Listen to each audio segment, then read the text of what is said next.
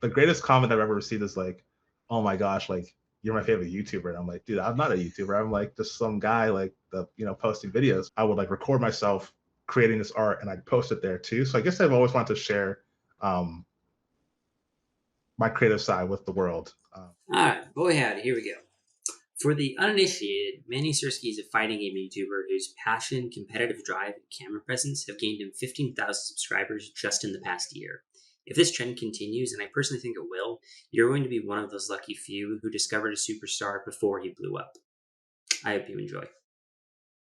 All right, man, let's do it. Well, one of the things I really love about you is the great sense of competitive nature that I see in your videos. I can't remember the exact video offhand, but you started one recently with someone saying like, "Oh, this commenter thinks I can't play Red Hood," or whoever it was. I can't recall the exact character.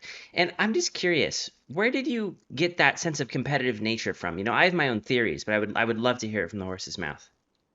Yeah, that's a great question. Not really one that I think about a lot, but I am a big fan of sports, Hmm. and so I typically like I have like I'm based out of Massachusetts, so I've been watching sports my whole life, and like thankfully I've been able to like be around some really good teams, and growing up like just being like a fan of those guys and like seeing them compete every night and like what it meant for the city kind of like translated over to me. And so um I tried playing sports growing up and I wasn't the best at them, but I was able to be a little better, at least when I dedicated myself to fighting games. And Hmm. so um, it's not it's like more of a friendly, like something that drives me and something that like causes me to be toxic or anything like that. But I do feel like, having pride in some of the skills and like a lot of the people who play fighting games who are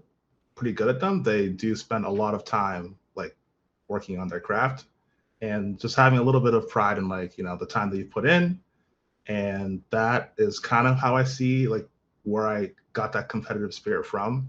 I like to compete with my friends, especially.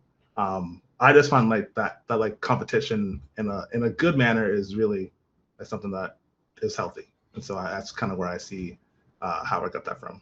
Yeah, I mean, absolutely, and I relate to that so much. I won't ramble on too long here, but I think that's one of the and I'm wearing my Bruce Lee The Sounders Sounders, yeah, I jersey. see that. Yeah, Yeah. literally like right now. But and in different interviews I will be wearing different jerseys. Not that it's super intentional. I just try to mix it up. But I think like for me, I find it so helpful. Like I find that wearing the jerseys makes me like perform better because it like reminds me of like the people I look up to, and I'm like, no, I gotta really raise my game because like I remember what it feels like to be inspired by that, and I try to. I'm not saying I do it, but I try to live up to that. So I relate a lot to what you're saying.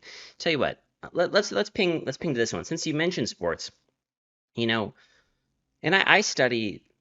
I think since I got into like sports anime around a year ago, I've been studying like sports psychology and things like that. I just find it so interesting.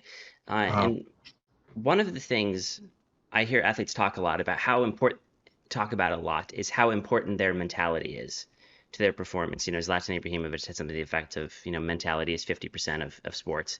I'm curious for fighting games, how important is it to get into, a specific mentality? And what is that mentality for you? I would say that mentality is honestly more like once you decide that you want to go beyond like a casual level, or not that I'm saying like a pro, but I feel like I decided at one point that I was going to try and aspire to be a little better than the average person playing the game, at least for the games that I play. I feel like mentality is honestly more of the battle than like physical attributes or anything like that. Um, Obviously, now that I mostly will just be talking about the NetherRealm Studios games. So those are the guys who make Mortal Kombat and Injustice. Those are the two games that I mainly play and I put a lot of time into. And I would say that when I first started off, honestly, I like one of the things that a lot of content creators or like people in the general like fighting game community talk about is that the developers don't really do a good job when it comes to teaching new players how to get into the genre.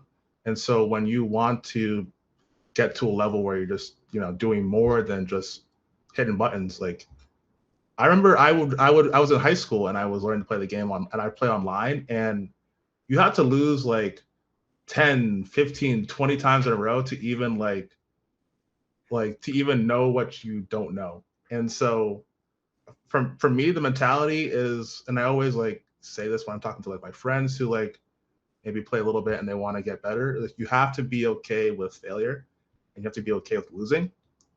And that is hard to do, but it's necessary because like let's say if you were playing someone who is evenly matched with you, you're only winning like half the time, right? So it's you have to be ready to lose and learn from your mistakes. And so I would say mentality is a huge piece of it. And then obviously another aspect of it is that like for most fighting games, it's a 1v1 aspect. And so a lot of the time, all the time really, things that go wrong will most likely be because of you and because something that you didn't do, something that you didn't know, something that your opponent exploited that you weren't able to take advantage of, or they took advantage of you because you didn't have the knowledge. And so there's no one to blame besides yourself. There's no one to look towards and be like, hey, like you like a lot of like team shooters or like any team game, you can always like there's some aspect of it where it's like maybe our teammates didn't do the best job or they were actually playing against us and they were being counterintuitive to winning. I think that fighting games, a lot of it is that it's like very individual in terms of growth, in terms of, like development.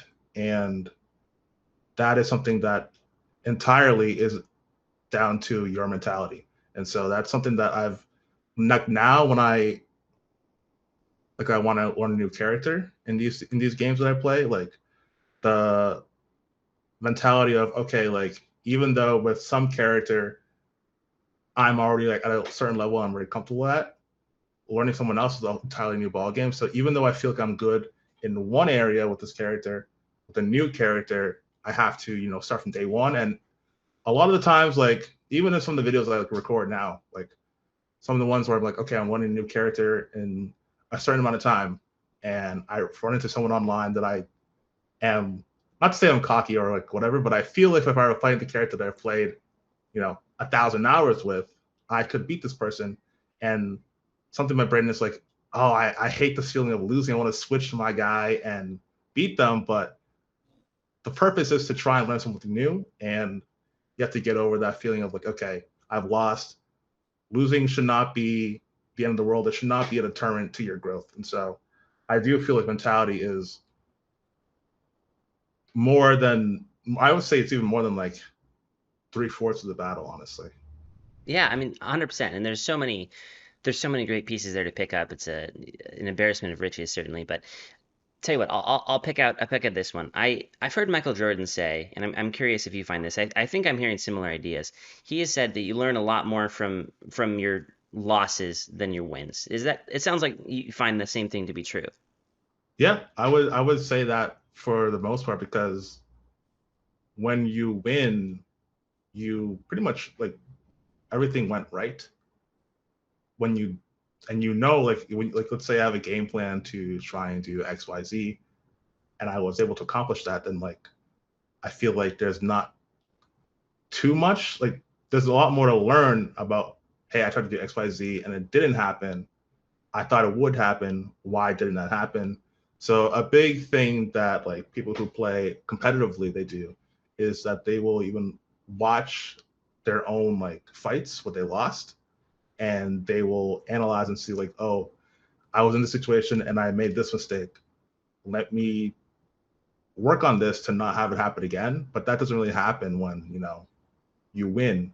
So I definitely do agree with Michael Jordan there, in that quote that he had that I feel like there's a lot more to learn in losses than there is in wins because there's an issue to solve when you don't win.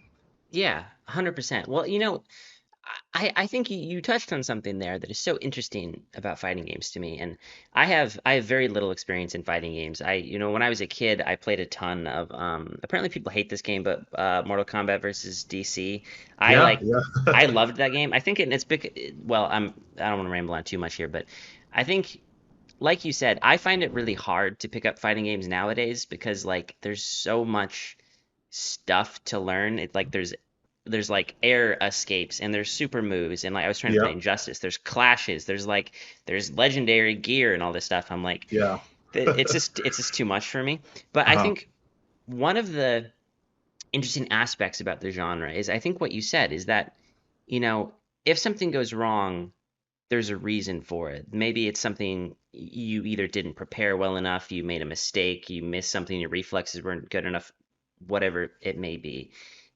And I'm curious. I think in life we all have these moments where something goes wrong, and then whether consciously or subconsciously we go, well, why did that happen? And then in life you can say, well, okay, that person might have judged me, they might have been having a bad day, it could have just maybe the it was raining and that's why I couldn't get what I want. There are a billion different things. Yeah. Is I wonder, is it like a sort of a break from daily life in a sense to be able to play fighting games where it's all on you and it's all your own skill? Is that an important aspect of it? Yeah, I just as I think about it now, after you say all that, I think that a lot of things in life are out of your control. And so like I've always seen people say that you just try to focus on the things that you can control, and then the things that you can't control, like try not to worry about them because you can't do anything about them anyways. Um, but when you're playing these games, like it's like I said it before, it's all on you.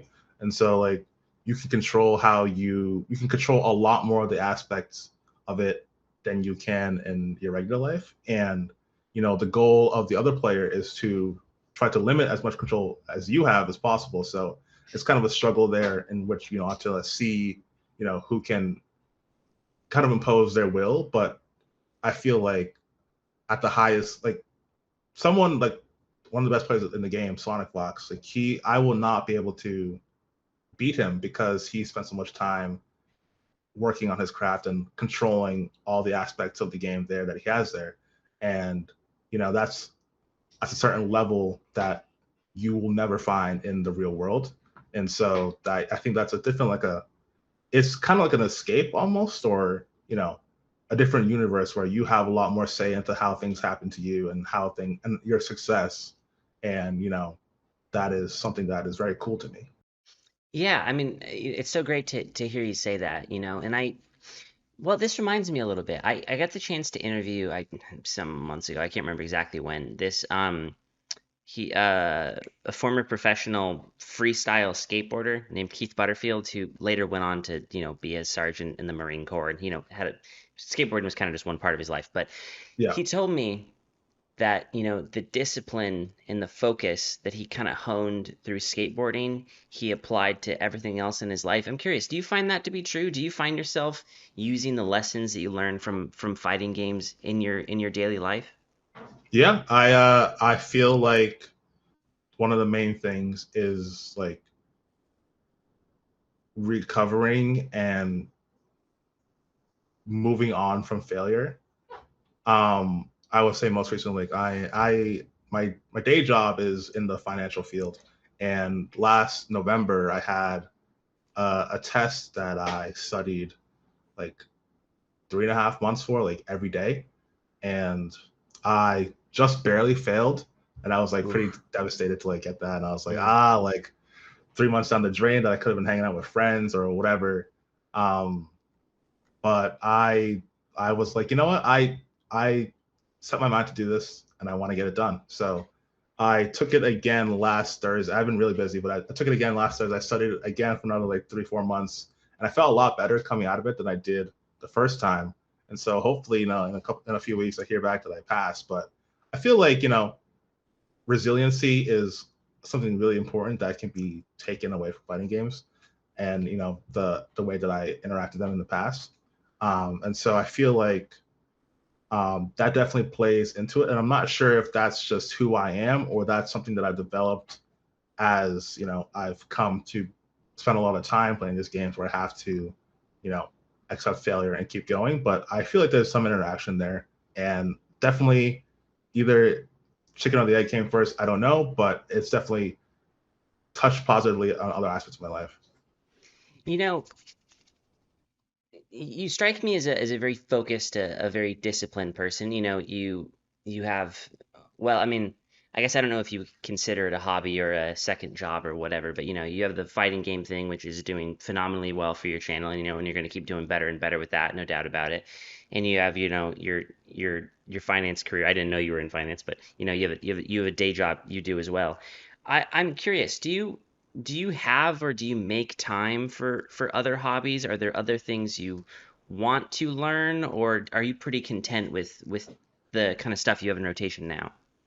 I'm pretty content. I will say that like when I kind of have something that I'm really interested in, like you kind of picked up on, I'm pretty focused on it. I'll start with um, back in eighth grade, which is like a long time ago now, which is kind of scary to say out loud. But back in eighth grade, we had a computer science class, and one of the units was learning how to use Photoshop. And so I don't know what it was, but like just sitting there in the computer lab, like at the school computers and messing around like Photoshop allowed me to be really creative. And so I was like, okay, I am going to.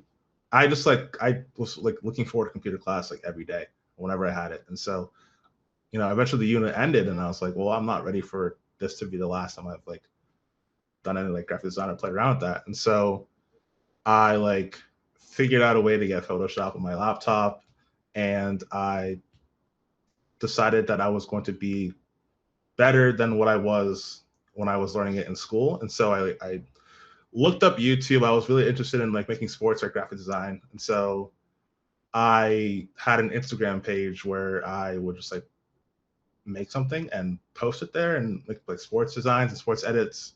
And then I think from eighth grade to the time that I graduated high school, I like on my own, not on my own, but like I didn't like pay for any advertising or like pay for any shout outs on Instagram. I grew from like 0 followers to like 4,300, which was like pretty cool. And like I was like somewhat of a person in like the sports editing world on Instagram. And like some of my favorite athletes, like Paul Pierce of the Boston Celtics, like he liked a picture I did for him, and like other athletes like posted one. And that was like pretty cool. Um, and so that was like my hobby for like 4 years. And I still like do it on the side, like now, like I feel like the skills that I learned, not that I feel like it, like the skills that I picked up then, like I'm still using now because I do my own thumbnails. And like from a objective from a objective like statistical standpoint, like you are also on YouTube, so like CTR, and I feel like I have like a really good CTR like, from what I research online. So like I feel like that the work that I did, or not the work, but the hobby that I had is still very impactful on my life, and it's like bleeding to other things, which is great. Um, and then like I really got into Python in college, and so that helped me to like I started from scratch because I didn't really like pick up coding until like my junior year of college. And then that allowed me to really go into that. I added that as my minor, so I had a data science minor, and then that helped me get the job that I have now. And so it's kind of been like I had one thing, and then I did well enough, or I got to a point where I was like really happy, and kept it going. But those things that I learned then like kind of bleed into other parts of my life.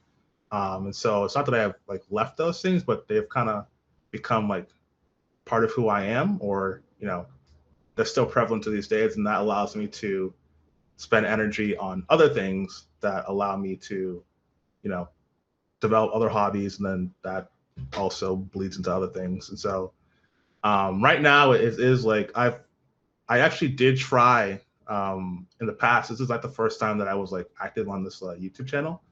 I I think in 2023 is when I tried to like first start like posting actively, and then I like went from like 0 to like 138 subs, and then like I was happy with the growth, but honestly, I was living at home and commuting to the city to go to work, and like I just got like too busy to give it a full, college try. Um, but I think in February this year, I failed the test in November last year, and this year I was like, okay, I'm gonna like give this test my all, and while I'm grinding, I'm gonna start grinding on my YouTube channel too. And so that's been pretty successful so far for me. I never really thought that I would be at this point. Like it's still very surreal to me, and like I don't know. It's like people are like the greatest comment I've ever received is like, "Oh my gosh, like you're my favorite YouTuber." And I'm like, dude, I'm not a YouTuber. I'm like just some guy like the posting videos. But it's been great, and I would say that that's my main hobby right now. And there are other things too. Like I like playing basketball, but I haven't really done that outside too much. But hoping to get back to that as the weather gets nicer. Try to stay fit instead of all these things. But I would say that's like kind of the trend that I've seen over throughout the years. Like I kind of find one thing and I like really give it my all, and then I may or may not move to the next thing. But those things I've learned and those skills I've developed have still been with me throughout all this time. Yeah, I mean, 100%. I mean, again, I say this every time, but and it's true every time. But so many great pieces to touch on there. I think, tell you what, I'll pick up this one. And maybe this is a question you won't know the answer to because I relate a lot to what you're saying. I find myself being super drawn to. It feels like random stuff, and then I just like really laser in on it and figure it out, and then Uh-huh. I look back on it later and I was like, oh yeah, I understand why I was trying to learn that. It's because I wanted to do this thing, and I didn't connect the dots at the time. So maybe this is a thing you won't know the answer to, but do fighting games in YouTube feel like another hobby that you'll do for a few years, and then I mean, there's no doubt whatsoever that you could have a you could I imagine you could do YouTube full time eventually if you wanted to. You certainly have the skill, and people are gravitating towards your channel because your content's so great. But is that do you think this is something that you'll do for like a couple years and be like, wow, I nailed it. Now we're on to the next thing, or do you see yourself doing this for a long time? And again, maybe you don't know the answer to that. I'm asking you to look into the future, but I'm genuinely very interested. Yeah, no, that's a great question. I will say it's a little different when it comes to YouTube because like I like have always thought like, man, it would be so cool if I could like be a YouTuber one day. And so like I feel like we all hope that it could be a career. And so I don't really know how realistic that is, but like for at least for me for YouTube, I like have like on record like I've said to my friends like, gosh, I wish I was a streamer, or gosh, I wish I was like a YouTuber. And so like right now, like seeing all the success I have is like so cool. So I definitely like think that I want to give this like until the wheels fall off. Or it's hard because like I saw some like average stat that like the average like YouTuber or like whatever like lasts like 4 to 5 years, something like that. Like which is it doesn't seem like a lot of time for a career, but like for like us on the creative side, like we like it is really tough to like you know do this and to like, make content or to organize things. Like you have to like reach out to these people and like organize everything, and then it's not easy. And so to go on for 4 to 5 years is like a feat in itself. And like I don't know how long it would be, but I feel like for graphic design, I always thought that was cool. And then once I got to college, I kind of had to prioritize things. But now that I'm seeing that I can have a job and come home and like get some work done. And I have to say that like I also have like the I don't edit my videos anymore. I have an editor named Ethan who's like so great, and so that allows me to shift more of my time to like ideation and like finding what I think will be interesting to people who are watching the content. And creating thumbnails and all these things and investing back into the channel. And so that is like, I'm so grateful for his help. And so I think that, you know, I would like to see how far this can go. Because I do really like, I I feel like I love this game so much that I could never be burnt out from it, which like burning out is a huge thing for the people who are like so niche down that like their audience is looking for like one specific type of thing. And I'm pretty niche down. But yeah, I feel like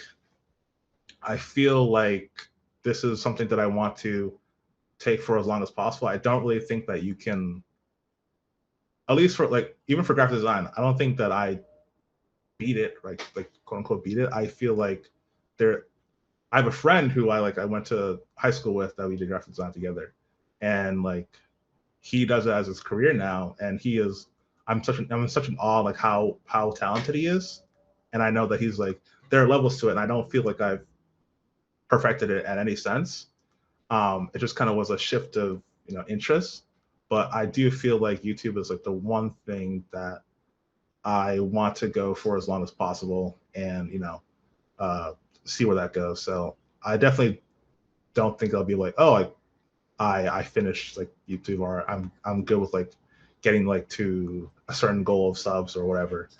So yeah, that's kind of where I stand. I hope that answers your question there. Yeah, no, I mean it totally does. And well, I'll tell you what, I'll make one point and then I had a question. We'll see if I remember it while I'm making my point because I Yeah, forgot what sorry it about was. that. I feel like I'm, No, I'm, no, I'm no, no, rambling no. on here. No, no, no. You're doing fantastic. You're doing fantastic. It makes my job so much easier because every so often you get people, in here and you ask a question and they talk for like 15 seconds and you're like, shit, I have to think of another question now. Anyway, so no, you're doing amazing. But you mentioned the idea that you're that you're niche, and I've heard other YouTubers say similar things, and I'll offer my just 2 cents on that. Which, from my perspective, as a viewer and as a fan of yours, I don't feel like your stuff is niche at all. I understand what you mean in terms of you're making content on injustice, which is there's the fighting game community, and then there's injustice is kind of a niche and within Yeah. that. But when I watch your stuff, you do Mortal Kombat videos occasionally, and I would be just as stoked to watch you do Street Fighter or Minecraft or because I remember my question now, because I think the key to it, from my perspective, and I'm curious if you agree, the key to it, and like we talk about, your friend who is now successful with graphic design or with Sonic Fox, for example. I think the difference between you and them is not necessarily your capacity or your ability, it's how much you want it, right? Because like with Hmm. graphic design, it sounds like you got to a point where like, cool, okay, I got what I wanted out of this, and now we're good. But your friend probably is still like, no, he wants to go even higher and higher and higher and higher. Yeah, And there's exactly. nothing wrong with either way of doing it. But I mean, it's true, isn't it? The key to a long career or hobby, whatever you want to call it, the key to not burning out is doing what you yourself want to do, isn't it? Yeah, no, I definitely I feel like that's the thing, because when you are kind of like your own boss, whatever, I feel like you want to you don't want to have a day where you like get up and you're like, oh, I have to do this thing that I've been doing. That I feel like that's usually when people start to feel the burnout, and that's when you can kind of tell in their, like, they start you know creating as frequently, or they they don't have the passion. Like there was one guy that I subscribed to who played Valorant, and like he had been posting less frequently, and then he posted a video recently, and then someone commented like, hey, like I can tell like you don't enjoy playing this game anymore. And I was like, whoa, like that is a stage where if it were me, I would be like, okay, what's going on here? Like why am I still making this content if like I don't enjoy it, and people can detect that, and they probably don't enjoy the content if the person that they've become in a community with is not either. So I guess my point is here that you kind of have to want it, and you have to be at a stage where you yourself are still driven to do it, because that's when like that's how the passion keeps on going. Yeah, I mean, 100%. Well, tell you what, I think we covered this subject beautifully. I'll ping us to another thing. When I think about superheroes, both in terms of my own life and, broader culture, I think that people almost trivialize them a little bit. And this didn't occur to me until, I hope people don't go back and watch this interview because my old stuff, I look at it now and I'm like, oh God. But I interviewed Gotham Paladin, the Arkham YouTuber, and one of the things we talked about was, how, like, yeah, okay, superheroes aren't real, Dragon Ball isn't real, but those characters have principles and they stand for things. They stand for human ideals that are real to us. Yeah. And I guess I'm just curious, A, if you or one, I'm in my brain, I'm getting separated between which numeric system I want to use. I guess I'm curious, first of all, if you relate to that, and also I wonder if you could just tell me how you were introduced to superheroes or what role they played in your life. Like when I was a kid, I read comics obsessively, and then I got into movies and all that kind of stuff. But I'm curious, what was it for you? Yeah. I guess I will start with the first one, and then because I that'll be the shorter one. I could talk Sure. about No, the you're second doing great. question Yeah, please. like for a long time. So for the first one, I definitely can relate to the ideal that like even we can learn like these themes and these life lessons from fictional characters, because like they may be fictional, but like a human wrote them, and so like the human experience is still like conveyed through the writing of these characters, and so I definitely feel like um, that is something that is very real and very alive. One example of that is my favorite anime of all time is Naruto. Um, I've not watched it. A so friend was just telling me how good it is, though. But please tell me why. I'm interested. it is so there are so many great things. There's obviously great action and blah blah blah blah blah, great character. But I would say the two most like real life real life inspirations for me are the main character Naruto and another character Rock Lee. And so I'll start with Naruto, and he's like this orphan, and he is like an outcast by the village because he has this like evil like demon inside of him.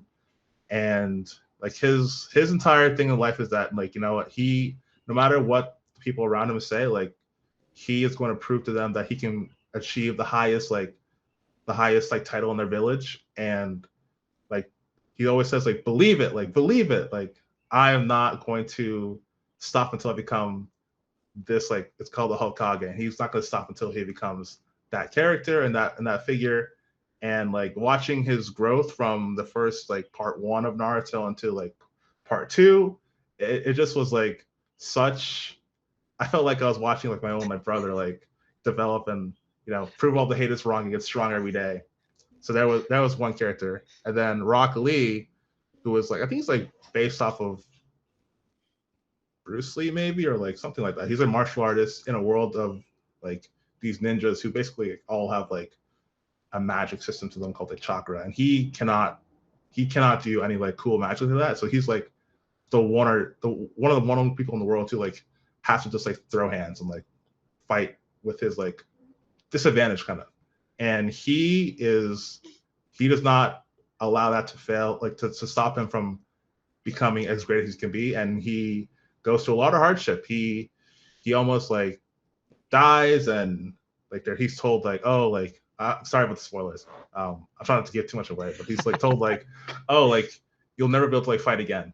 And like seeing him overcome that and play a massive role in the story is like such a like I still there's still a video or of a scene of one of the episodes where like it is like the saddest thing that you can ever see, but like he and his like teacher are so proud of the development, and he refuses to give up. And I still watch that scene from time to time, and I like quote it to myself too. And it's like it has stuck with me for so long. So I definitely feel that you can definitely take some of these themes that you see in fiction because they're ultimately written by humans for humans, and these are all relatable things. So if you want to say something there before I go into the second question, I can stop for a bit. Oh gosh. I relate a lot to what you're saying, and I don't want to take us on too much of a tangent because like you, if I get started on anime, we could be here till midnight. But Yeah. um, I think my favorite anime of all time is, well, it's funny. I kind of go through phases, and like when I was 17, I was obsessed with Death Note, and I was Yep. like, this is the best show I've ever seen. And that's Uh-huh. still an incredible show. I don't think about it as much nowadays as I did when I was younger. But my favorite anime now, and people on the channel are probably sick of hearing me talk about it, is the soccer anime Blue Lock. Um, I've heard of Blue Lock, yeah. I've seen clips of it, but I haven't actually watched it yet. I love it, and like I think it gets a bad rep because to be fair, the animation in season two is pretty bad. But like I think people that like has become the association in people's mind instead of the like story, which is like, no, you're missing out on so much good stuff. But the it's a very similar thing to Naruto, I think, and I think this is maybe even just one of the great tropes in anime. But the main character, Isagi, his whole thing is like he has basically no talent. Like he is not the fastest player. He is not strong. He can't jump high. He all of the abilities that other people have, he like just doesn't have at all. But Hmm. as the series and the manga goes on, his ability is to smell a goal. And with that be, and you kind of learn as you go on, what he's doing is he's like empathizing with all of the players on the field and figuring out where the ball is going to go because he knows how they think. And I Okay. was like, that shit rules. That's so cool. Uh-huh. And that's like, honestly, if people ever want to understand how I like do the things I do with interviews, they literally just need to watch Blue Lock, and they'll like they'll be able to pick it all up from that. So no, I relate so much to what you're saying about Naruto. But yeah, so in terms of like the piece of did you read comics as a kid? Did you grow up watching the MCU? How did you get kind of introduced to these things? Yeah. The first movie that I ever watched, like in my life, was Spider-Man. Sam Raimi Spider-Man. And I remember being like so freaked out by the Green Goblin on screen. But Same, dude. yeah. I think I was probably 6 years old when I first started watching when I first watched Spider-Man. Um and then from then I watched a lot of Cartoon Network. And so the fondest like cartoon show that I watched growing up was Teen Titans. Hmm. And so from then I kind of like got into like I didn't really know much more outside of what the show was. Like I didn't really watch a lot of Batman stuff, a lot of Superman stuff, but you could ask me a question about like Robin, Beast Boy, and I could like go on for days. Like those were my guys. Like Robin's the character that like as soon as he was revealed for Injustice 2, I was like, that's like I have to. And so I kind of I love that show. And then like eventually I started watching more like Saturday cartoons like Justice League Unlimited, all those like older shows that would rerun. And then when I got a little older, I got into the MCU, and so like I got like really into the MCU. And so I'm a big superhero fan. Like if you look over my like chair, Oh yeah, yeah, yeah. you can Y- see this. You can see there's Superman on the wall. Hmm. I have a Batman figurine here. I have another Batman figurine here. I have clothes that are superhero related. Yeah. I've watched the MCU probably like 3 times over now. Um, Super excited to see Spider-Man this year. Like I am such a nerd for it. I went to a comic book store and I got like some. Hold on, one Yeah, second. please, please take your time. So we got Dude, I have the exact same one on my shelf. That's awesome. really Yeah, you I love do that book. the Long Halloween. Yeah, I got that one. There you go. Got Alan Moore's Watchmen right here. Classic. Yeah. Um, just a big Spider-Man collection. Frank Miller Year One, and then I also Such a have a good Teen book. Titans one back there that I didn't pick up. But Okay, wait, can I name drop real quick? I interviewed. I don't necessarily expect you to know these characters. They're a little bit obscure and they're from British comics. But I interviewed the creator of Judge Dredd, which is it's so hard to get those yeah, syllables out. I've heard of Judge. Yeah. Oh my God, I love those comics so much. But I got to interview Uh, John Wagner, and it was so cool. And he actually he mentioned that like Year One was one of his favorite comics of all time. So it just immediately was like, And I also have that one on my shelf. Such a great book. So Yeah, have you gone through them yet, or did you just pick them up recently? very very recent editions, and Oh, that's awesome. I would have liked to, but I've been like studying so much of these exams that like I haven't gotten into them yet. But You know, like in this, sorry, I'm taking us on such a no, nerdy go for it, ramble go here, for it. but like I find that I think the library system is probably the best like invention in all of humanity. I love libraries so much. Uh huh. That said, I think something I love is actually like buying the books, whether it be with comics or movies or physical books or whatever, because like for what it maybe it's I don't know what it is. Maybe it's a psychology thing. I'm I'm really diligent with my money. I save my money. I don't like spending it on stuff. I don't really go out to eat. I kind of just use it for like rent and work, you know? Yeah, as But you should, like as you should. when I when I spend like $10 on a book, that means something to me. Like I take that $10 very seriously. So then I'm like, all right, I'm gonna read this and I'm going to get something out of it. Do Yeah, you yeah. do you find that to be true at all? Like, do you find that actually like owning the copy and gives it maybe a different place in how you interact with it? Yeah, I just like you. I used to go to the library a whole lot when I was younger. I would like we would like force our mom to like drive us to the library and like we would get books and like the whole like you got to read it in 2 weeks for it. You gotta start like charging 5 cents a day for it. Yeah, So there you go. I used to do that. I would like watch. I would read a lot of comic books like that. I read a lot of manga like that, and then like I would like a lot of stuff that I was watching or reading were popular IPs, and then I kind of like exhausted the selection of things that I was interested in our local library. So I started reading like random books. Like I'd read like Big Nate or like, any book that looked like it was illustrated. I would like read that, and that was super fun. Um, I forgot the question. Sorry. That's all right. I think I forgot the question too. I think we had started off, and I actually, I think you answered it beautifully, and we just got off on a fun little tangent. But we were talking about how you were introduced to superheroes and Oh all these things, and yes. I think you covered that phenomenally. I was honestly just stoked to be talking about like comics and everything. So I myself got distracted. We'll tell you what, I think this transitions us beautifully to another one I wrote down. And I'm so curious. I can tell you're a big fan. And you're like me. You're a huge nerd, which I love. And what what role does art play in your life generally? Like, do you listen to a lot of music? Do you watch movies a lot? Do you read before bed? Like, how is that kind of integrated into your life? If at all. Yeah, that's a good question.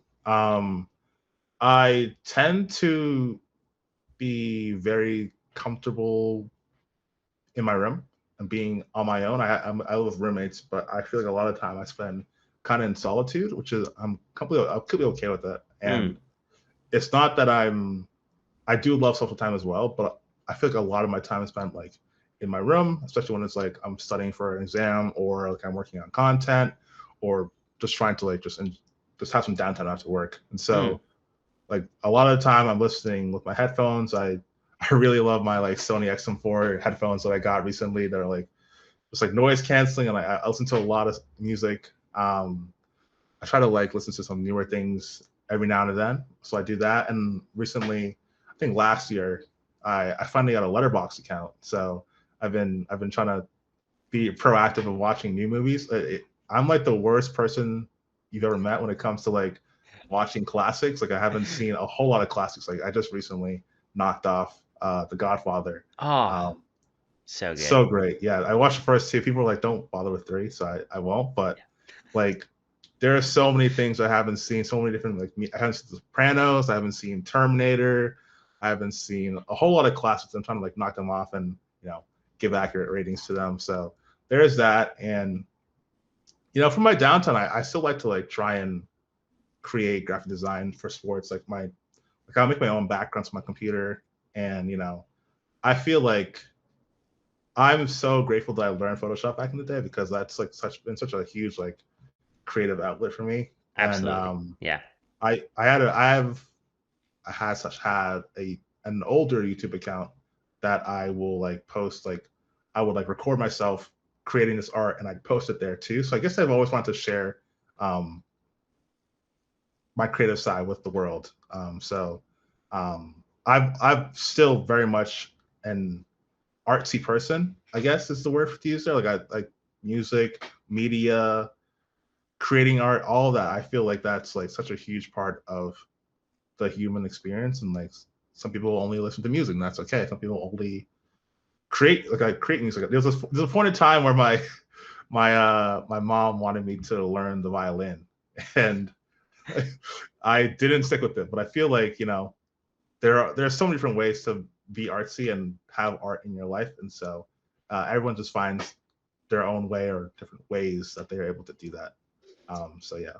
Yeah, I mean, 100%, and I relate to that so much, and I think you phrased it beautifully. So I don't want to ruin it by tacking anything on. You know, something I've been thinking about recently. Music plays such an important role in my own process in terms of like, I mean, before I do every interview, I listen to stuff that I'm like, all right, I gotta get hyped up because I like, Yeah. it's my job to make sure this doesn't suck. Like, I mean, people, because like again, it's that thing, I'm the only thing I can control. So like, I try to show up and be really present and do the best job I can. And Yeah. so I kind of have like the faster like, let's go, like that kind of music hypes me up. I'm curious, like, what kind of music do you find is most resonant to you? Like, for example, I heard Claire Hutton, who is a forward for the oh God, what's the team? The New York soccer club, the Gotham, I believe, and then she's also a defensive midfielder for the U.S. women's national team. A great young player. She talks about how like before games she listens to very like chill, like Clairo or The Weekend or whatever. What kind of Mhm. music do you find like hypes you up or gets you in a place where you're like, all right, let's go make some stuff?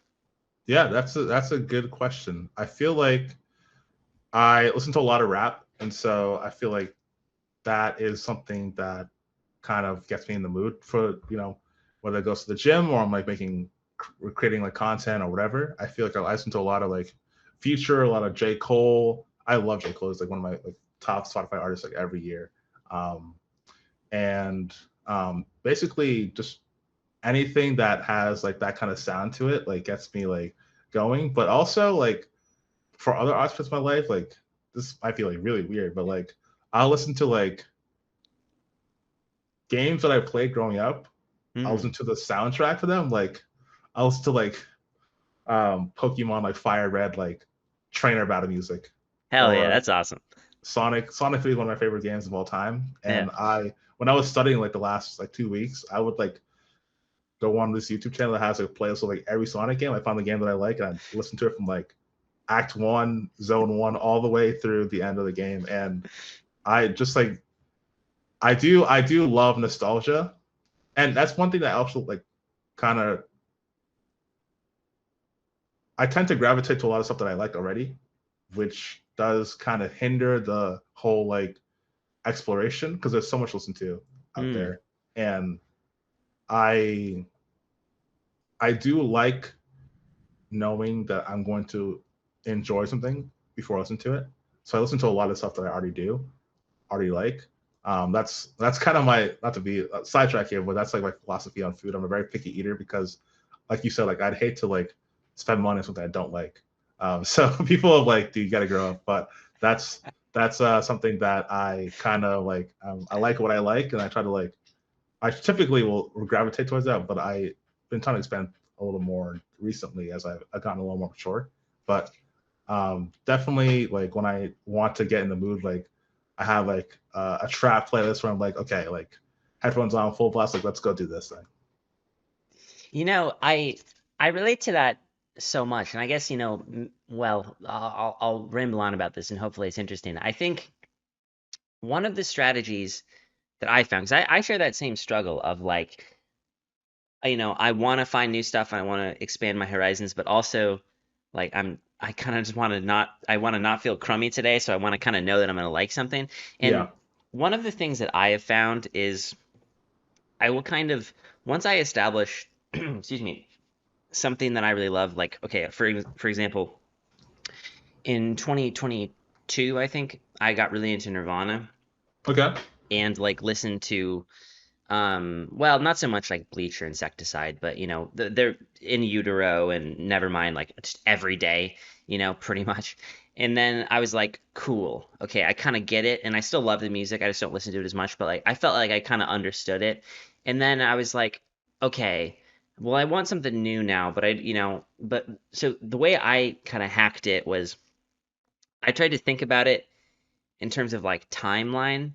So then I was like, okay, Kurt passes away in '94, so that music, still relevant, but not he's not making new stuff after that, of course. And then I was like, okay, what's the next big band? And in my mind, whether this is true, I don't know. In my mind is like, okay, Nine Inch Nails. So then I was like, okay, I'm gonna go listen to Nine Inch Nails. And then that became like 2 years of my life of just like obsessively listening to Nine Inch Nails. I spent like a year making a fanzine about it. So Yeah.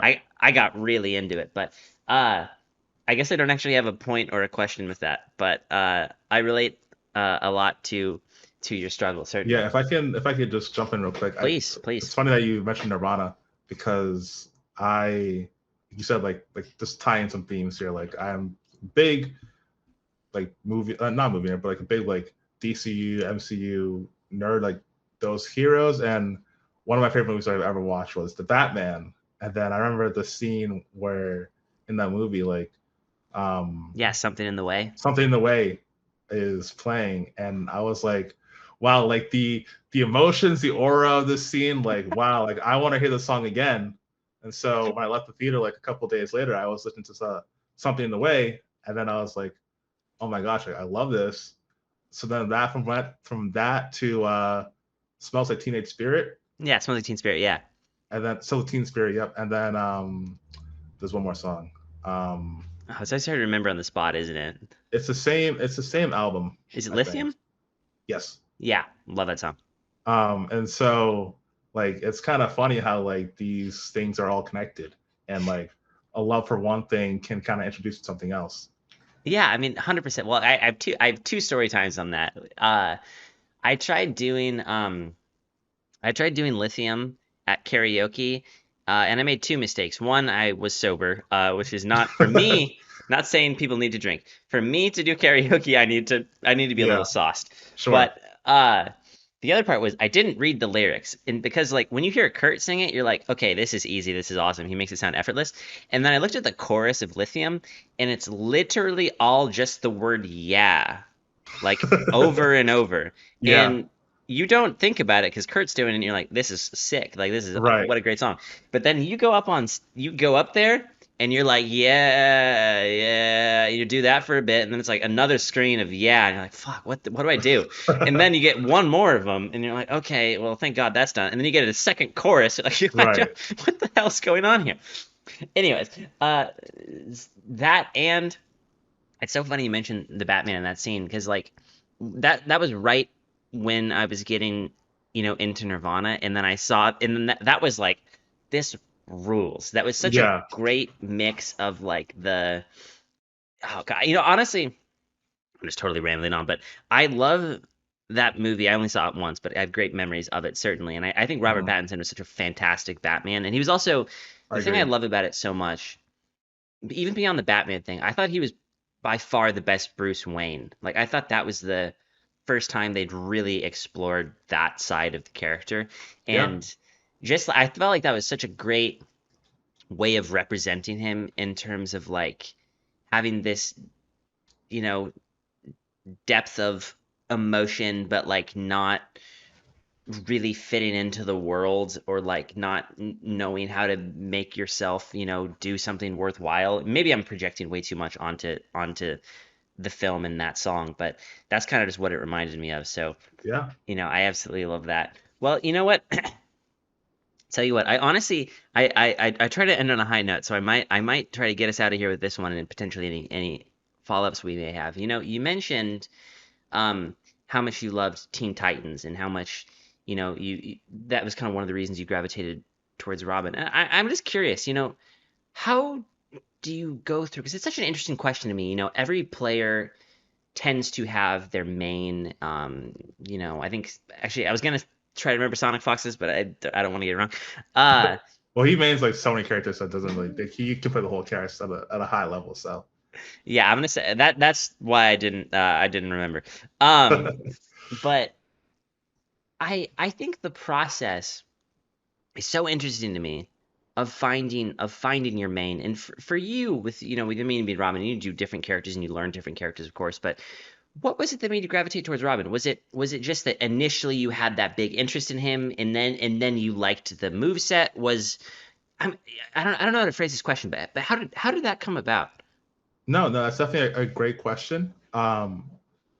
It was at first that I was like, okay, Robin's in the game. I have to see what he's talking about there. So that was like initial interest. But then like when they revealed like how he played and like he's like this like annoying brat that has a sword like doing combos and like flipping all the place and like he's more of like an in your face character. Yeah. I was like, that's kind of what I gravitated towards. Like there are some characters who I like I love the idea of Green Lantern, but the way that he plays in the game is like a little not.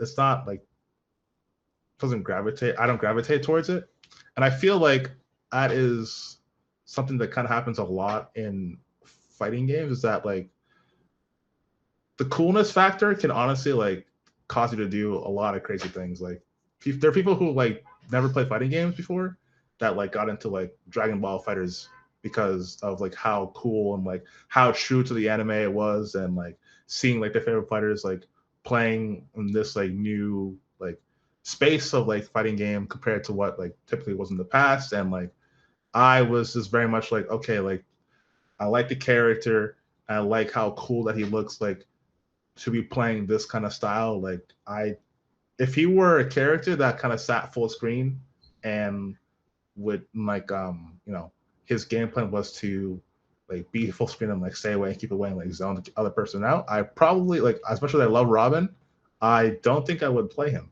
But there are also other people in the world who like that kind of gameplay, and so they'll gravitate toward different characters that they may not even like have any connection to, but they like to play that kind of style, and so they'll play someone that allows them to do that. So luckily for me, it was a good marriage of the two.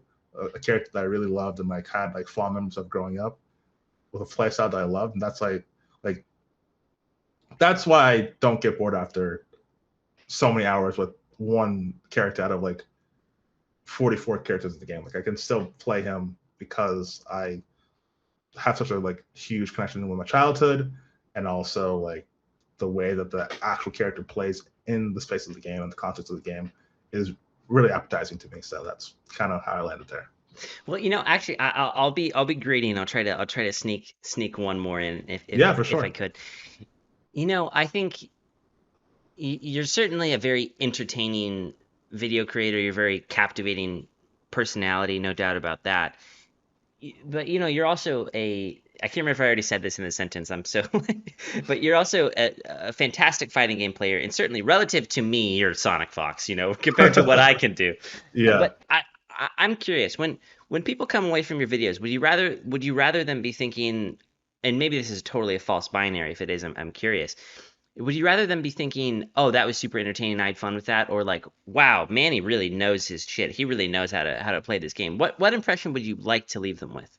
That's actually a great question, and something I can talk about this a little for some time here, Please, please. because so I mentioned before that I started the channel Mannysirskiii like 2023 or whatever was when I like started like posting videos, and I was like, okay, like I want to try and become a Mortal Kombat YouTuber, and I did that, and it was like I was happy with the growth, but it wasn't like anything world breaking. And I took a break, and I've obviously like I feel like you probably watch a lot of YouTube yourself, right? Yeah. So I watch a lot of YouTube, and obviously have interest in fighting games, so I've watched a lot of fighting game players, especially like the high level players in like Injustice 2, Mortal Kombat. Like I subscribe to Sonic Fox, I subscribe to like other guys like all the other top pros. Like I subscribe to a lot of them, and like I watch Sonic. If somehow Sonic Fox watches this, like I'm not trying to like disrespect him or anything. I watch all of his videos basically, especially on Injustice 2 and Mortal Kombat.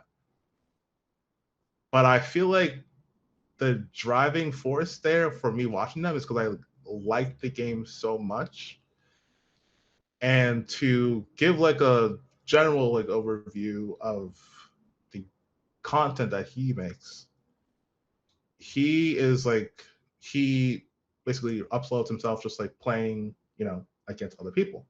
And sometimes there's commentary, sometimes there's not. But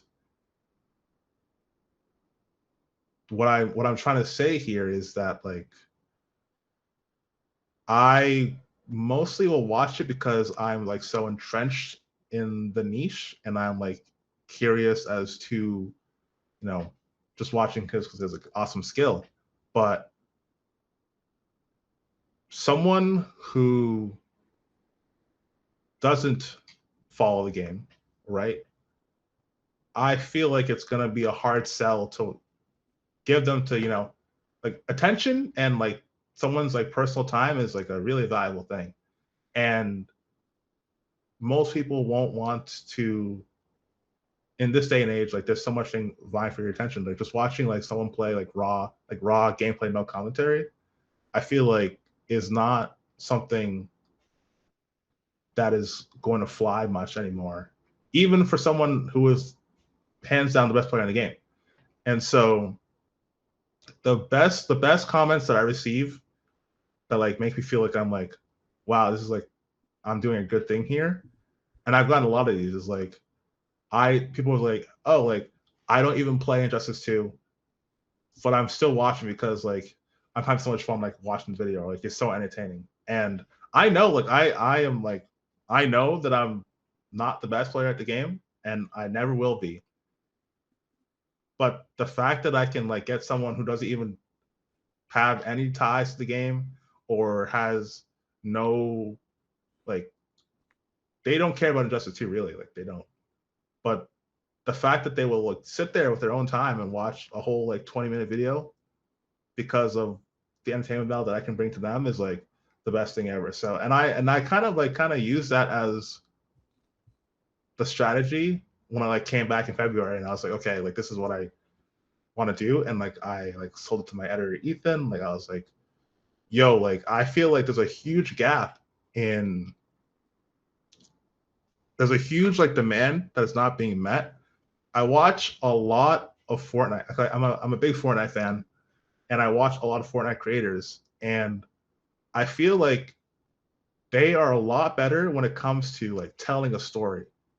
And so like one of the things I saw from them was like, oh, like I like spent like 7 days trying to be the best Fortnite player ever, and they'll like the structure of the actual video, like as opposed to like a pro player just like posting themselves playing a game with like obviously they have skill, but after 10 videos it's like them after so many videos you can only watch so many videos of like them just playing straight gameplay, and it's not a disrespectful thing. I'm just trying to say that like I know what you at mean. some Yeah. point the viewer has seen it before and there's like not a story being told, as opposed to like a lot of the Fortnite creators I see. Like there's one guy that it's like been a huge inspiration to like the way that I've produced. His name's like Davey on Davey Fortnite, and every video of his is like a story where he'll have like an intro, there's post commentary, there's narration overlaid with gameplay. And I feel like I was like, no one else is really doing this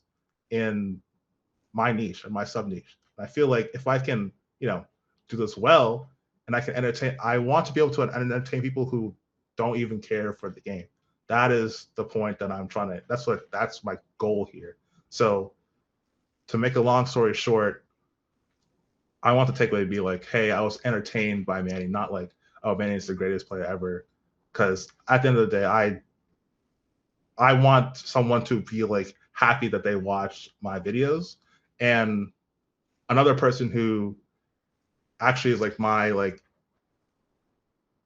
goal, or like not my goal, but like someone I also like take a lot of inspiration from in the niche. His name is Mannysirskiii, and he is a very entertaining Mortal Kombat creator. But people will watch his videos not because he's the best, but because he's able to entertain at a high level. My roommate, he is a CS:GO player. He plays a lot of CS:GO, a lot of League. He doesn't. He has like no allegiances to Mortal Kombat or anything, but he is always like, "Yo, did you send me like Mike video? Like, Michael's like, it was so funny, and like that's kind of what I want to achieve. I don't care to be the best player of the games I play. I want to be able to just like have someone watch and be like, I'm glad that I like spent my time watching this video. So to make a long story short, that's the takeaway that I want. I want people to feel like they were entertained by, they got something out of the video, other than just like, oh, like this guy's really good.